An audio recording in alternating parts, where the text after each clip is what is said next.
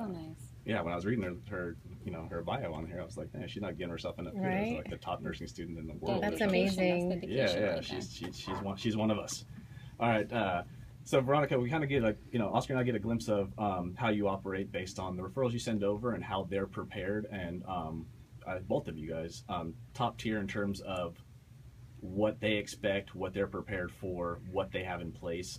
Very often we get a complete file. It's not just somebody just throwing stuff at us one piece at a time, and it takes us 3 weeks to get all their documentation. So I think that kind of goes into what you were talking about earlier in terms of how you prepare people.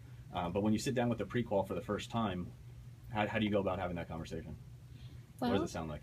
Yeah, well, usually the whole consultation is an hour and a half long. Okay, we don't have time for that, girl. No, we don't have time, so I'll give you a summary.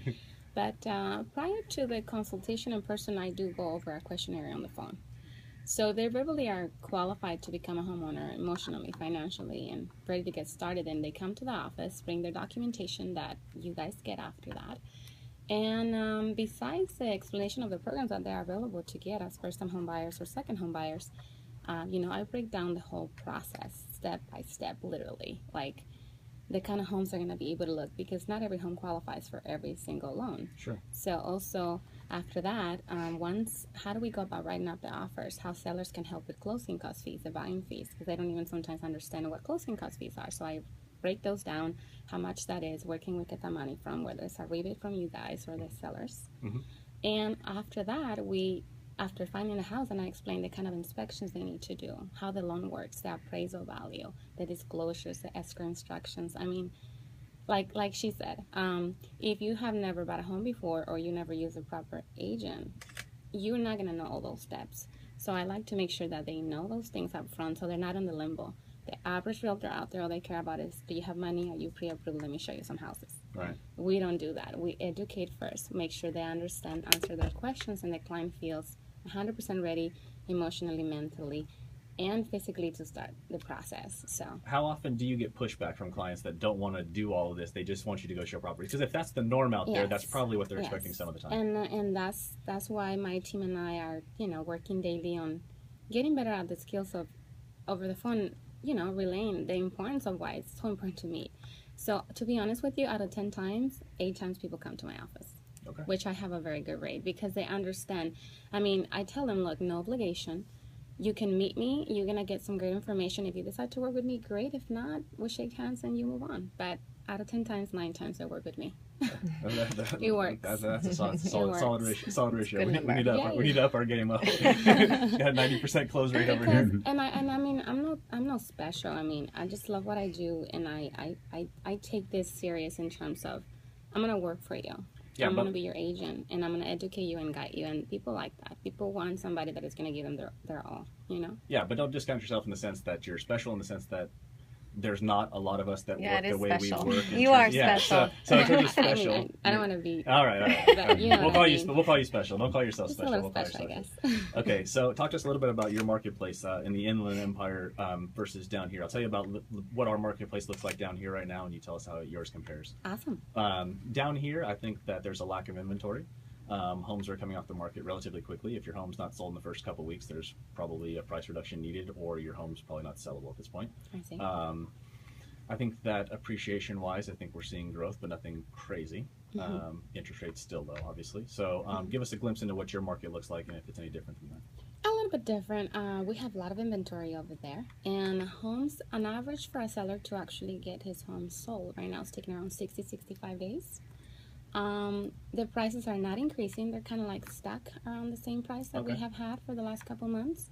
But it's a lot of movement, a lot of buyers coming out again because of, tax season and summer approaching. People like to move in sunny days, and we're ready to work hard. So it's a hot market right now. It's definitely hot. I'm getting a lot of for sale sign calls. So we're doing that conversion, educating.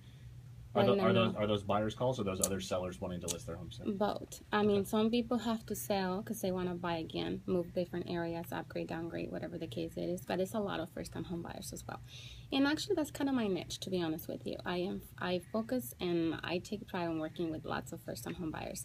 I love that feeling of giving up the keys to someone that never had a house before. Oh, so that's my niche, but we help everybody. But I do get a lot of first-time home buyer phone calls. No, great stuff. I was going to ask you, in terms of your marketplace, what's the price point and kind of what do you get for that price point in your market? Price point, well, to be honest with you, I do have an office in Rancho, and the price point rate is in the mid 300s. Okay. But I'm very mobile. I call myself your realtor Veronica, your mobile realtor, because I pretty much drive an hour and 15 minutes from my office. So I sell houses in LA County, San Bernardino County, Riverside County. I go up to the desert as well. So different ranges, different prices everywhere. Okay. And what in your market there, the 350 range, what does that get you in terms of a single family home? Is that? Yeah, single family residence, 3 bedroom, 2.5 bath, around 1,300 square feet. Decent started home. Yeah.